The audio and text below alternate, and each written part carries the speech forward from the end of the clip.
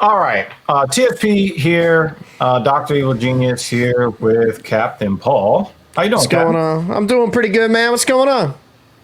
Well, I saw a really interesting article yesterday, and I wanted to get your opinion because you're a little bit more religious than I am. And what I mean by a little bit, I mean a lot of it because I'm not religious at all. But apparently, there is a situation where a man was on death row. And there was a very interesting legal battle that didn't really surround any kind of commutation of his sentence. Instead, it was something that went to the Supreme Court to allow, I guess, a freedom of religion type of deal thing here. You ready? Yep, let's go. All right. So check this out.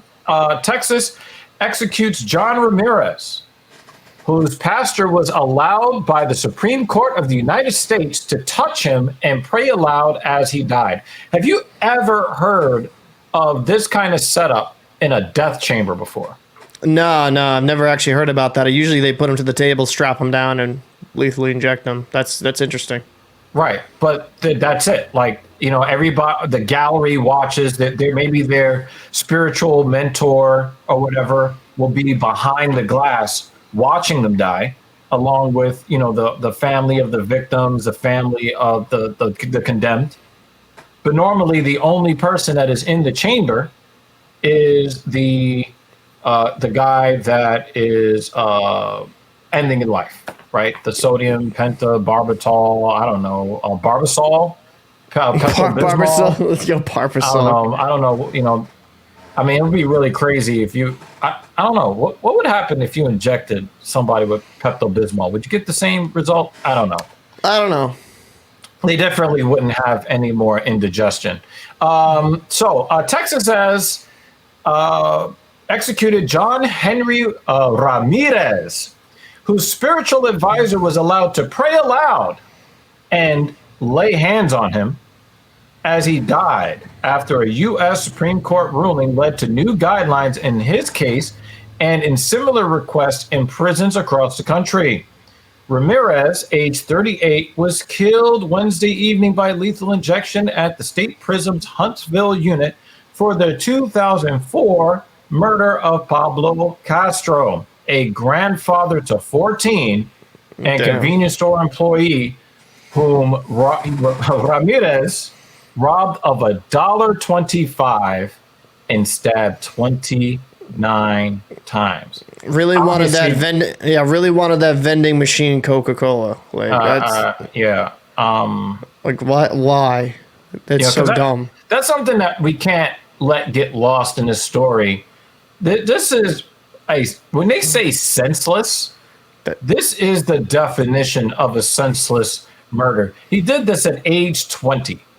It's so dumb. Like it's just so dumb. Like it's kind of like you threw your whole life away over $1.25. You stabbed a dude 29 times. That's rage, man. Like that is absolutely unhealthy, unadulterated, pure rage.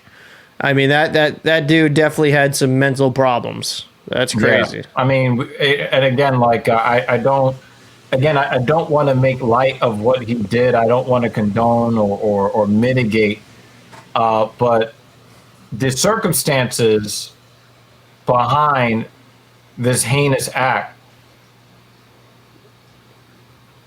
happy people don't do these things. No.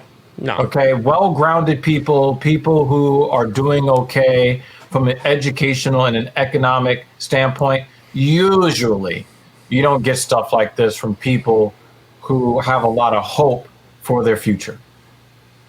And 29 times, he's just a convenience store employee who, there's no way you can say he deserved any of that. No, he's just a guy doing his job, a grandfather, not getting paid enough. I'm pretty sure he wasn't getting paid enough. I mean, but that $1.25 is probably about like 25% of what he made an hour. Like it's just, like so dumb. Yeah, I just don't get it. According to Texas Department of Criminal Justice, Ramirez's last words were, I just want to say to the family of Pablo Castro, I appreciate everything that y'all did to try and communicate with me through the Victims Advocacy Program. I tried to reply back, but there is nothing that I could have said or done that would have helped you. I have regret and remorse. This is such a heinous act. I hope this finds you comfort. If this helps you, then I am glad. I hope in some shape or form this helps you find closure. Let me say something to that. I feel where he's coming from, right? He's trying to rationalize. A very irrational act. No, he's trying to rationalize the benefit of putting him to death. Like he's trying to see somehow where his death serves a purpose, which it really doesn't, because his execution will not help the family find closure, because when he dies, the victim does not come back to life. He's not resurrected. They're still gone. The pain is still there. It's just another family that has lost a loved one. There is no gain here. There is only loss. Now, I get the whole thing about justice, but I've seen enough victim families who really pushed for execution and then didn't get any value out of it long term. And you also see a lot of families where they're like, listen, another death is not going to bring our family back, and we understand this, so we oppose the death penalty. He goes on to say, to my wife, my friends, my son, Grasshopper, Dana, and homies, I love y'all. Just know that I fought a good fight and I am ready to go. I am ready, Warden. Now, I have a problem with one of the things he said here. He says, just know that I fought a good fight. No, sir, you didn't. This is not a holy, burden, that you did that was necessary. This wasn't something in self-defense. You did not kill this man in defense of some other life limb, right? That's not what happened here. You were just made to pay for one of the most nonsensical, disgusting acts that anybody can commit.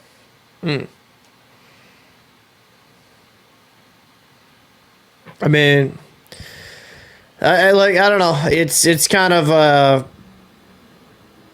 I think I can understand where he's coming from. He's like, he fought the good fight to maybe try to get the execution stayed in that regard, but this guy did something horrific, took someone's life, and it's just completely, absolutely unnecessary. Yeah. I'm not sure that it's clear that he really fought to stay alive, but a lot of what we saw is a lot of the legal wrangling. Yeah. A lot of the legal wrangling was over his death wish, which is to have the Reverend Dana Moore of Corpus Christi's Second Baptist Church. Of course, you're a Catholic, right? Yeah. Who'd sworn to the high court he needed to be in physical contact with John Ramirez during the most stressful and difficult time in his life in order to give him comfort, was with the inmate when he died. Now, you know that I care a lot about being humane, but I would be remiss if I did not point out the obvious fact that when he stabbed the grandfather of 14 29 times, he did not allow any comfort for that man. No. So while I'm a huge advocate for the humane treatment of prisoners and the condemned, I feel compelled to point that out. All right. Human touch has significance and power. and he'll be there for John. So I don't know. Maybe I'm just a little bit too rational, but I don't really think that it's going to mean a whole hell of a lot to me if 14 minutes after they put the barbasol in my arm, I'm going to be dead anyway. Yeah. So Yeah, but there's some people that really have more of a strong belief with the afterlife and stuff like that. So I'm not gonna really like knock that. Like people get their last rites when they're on their deathbed and stuff like that. I mean, to each their own. I mean, I'm just gonna say it bluntly. He obviously wasn't a virtuous and very religious man if he committed that act in the first place. So I mean, yeah, if you're a Christian, you believe Jesus can save you and all that shit. But some things like that, I don't think there's no saving you from, in my opinion. I know God's the only one that's supposed to judge you, but I mean, that man took away a grandfather, a father, a husband. It's like, brother, uncle, son. Yep. it's like I have no sympathy for that guy getting executed. Right. Yeah, I'm there with you. But again, as a person who used to be religious, I'm not religious anymore. I wanted to get your feelings on these kinds of things because, one of the problems that I have is when guys go into prison for committing all types of horrible things, horrible, horrible acts. Right. They want to go into prison and find God, and it's just like, well, Yeah, why weren't you searching for God before? because if you're not like how it works, with prison is either join a gang, you get bullied, or you get joined with the religious people so you don't have to deal with that bullshit. It's kind of like, I hate to say it, but a lot of these prisoners that find Jesus, like, I don't feel like it's always as genuine as they say it is. I think it's Right. kind of like a for protection thing. And like, I'm not, who am I to judge? But I mean, I sure am going to judge some dude that stabbed the motherfucker 29 times over $1.25. I'm not, that guy's not leading the sermon like, praise Jesus, as he's like shoving the knife in the dude's chest. No. Like, this is just usually a way for coping or a way to kind of rationalize, like, oh, wait, there is salvation for me at the end. There is salvation as long as I pray. It's like, nah, man, you're a shitty human being, and see ya. Like, that's how I look at it. It's like a lot of people like to do evil and fucked up things and like pray, like, oh, God, please forgive me. It's like, no, fuck you. Like, legitimately, like in rotten hell. Like, personally, that type of dude who does that type of act, I mean, controversial take, it's a waste of taxpayer dollars. Load the fucking 9, put a bullet in his head, and call it a fucking day. I mean that. Like, these type of people, why waste government dollars? Like, that has always been kind of my forethought on this. I know humane and all this stuff, but acts where you have someone that legit, like, 100% proven, stabs a dude 29 times, takes away someone's life. You know what? Fuck it. Put a bullet in his brain. We don't waste taxpayer dollars on the dude. It's like, what is it, like 50 cents a round? Just call it a fucking day. I'm sorry. Like, I just literally have no sympathy for this type of monstrous act. Because this guy cannot be, in my opinion, this guy cannot really be reformed. But go ahead. Well, I want to make 2 points. More to your first point. I think that most of us believe that good people can do bad things, right? Yeah, to a degree, yeah. Okay. Well, I'm going to flip that on its ear in this case. I'm going to say that bad people can do good things. And I think that in this case, Mr. Ramirez, not a good person. No. But I believe that he had and actually did have, he was capable of and did have the effect of having, a positive effect on other people in the time since he committed the 2004 murder and when he was executed earlier this week. I do firmly believe that we can condemn him as a bad person, but also acknowledge that it's possible that he did good things for people after the fact. But there's no way in hell that I can look at somebody who basically, what are we talking about? 4 cents a stab? I mean, the fuck? No. Yeah. Right? Now, to my second point.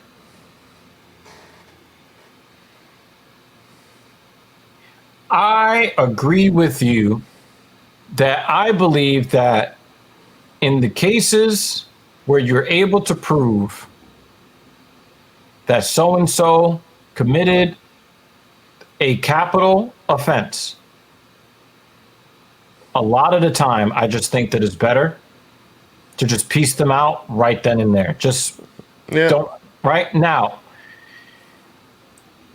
How many times have you seen the Innocence Project prove the innocence of somebody who was railroaded into a conviction? Yeah, no, there has been cases where people have like corrupt situations where you've had innocent people be put behind bars unjustly. And that's why I'm saying, like, with them beyond 100% like video evidence, Right. DNA evidence, like everything. I'm not saying like, all right, yo, what's that? I heard this, and then bam. Like, Right. I'm not saying that. I'm saying legitimate, like 100% without a fact, did this deed. Yep. That's to me, because the problem is, and this is a whole other conversation we can have, but the prison systems in this country is completely fucked because it's for profit, right? They're private run industries. And you know what? Quite frankly, we put minor offenders in situations where if you put them in a more rehabilitation type setting, they could reform, right? Like, I do believe in some, like, people can reform and better themselves, because people that like sell drugs, do drugs, stuff like that, do minor offenses, like, they can change, right? Right. Because I think inherently a lot of people do some negative things due to the environment they're brought in. But like, when you cross that line, for me, when you murder a person, when you go to a supermarket, unload magazines into just people going about their day, like, I'm done with you. Blow it in the back of your head. Magazines into the lettuce, the carrots, the peas, the peaches, and the apples. Yeah. Gotta get rid of them, man. Gotta get rid of them. That's what I'm saying. Like, I think 100%, like, these people that do these mass violence acts, don't keep them around, don't give them prison, don't make them wait taxpayer dollars, put a bullet in the head, call it a day. And that's it. And that's it. You know, I don't want to make this like a racial or political thing, but how many times have police just killed people on the spot? I don't see why, if, you know, the police is on the scene and they're watching somebody, you know, point a gun at somebody, or, you know, they're holding the gun with the gun smoking. Just, I don't know, man. You know, I know that that's not the world that we live in, but I mean, do you know how much it costs to house a prisoner every year? One single prisoner, the cost, it's crazy. So, you know, I kind of ride the fence because, again, I care about the humane treatment of everybody, but there are some people that do some things, and it's just like, you know what? The world could do without you taking another breath. I don't know, man. Maybe that's just, I don't know, man. I don't know. It just kind of gets me. It kind of gets me a little pissed off just thinking about it. But, you know, all of this, I mean, the guy lived for 18 years longer than he allowed his victim to live after he killed him. I mean, he lived a whole legal adult life after killing that man. So, so I don't know. I looked at this and I was just like, you know, let me, you know, ask you what you think. And, you know, maybe we should ask the viewers, man. Maybe we should ask them. Yeah, man. Like, listen, we'd be interested to know your thoughts about this case, what you would do different. Do you believe in execution? Do you believe that, you know, people should not be executed? Do you think they're just put in prison for the rest of their lives? It'd be an interesting discussion to have, really. Right. So make sure that you are a part of this discussion in the comment section below. Obviously, you came here because you were looking for some cold truth. So maybe you came here for some hot takes, or maybe you came here for a mixture of both.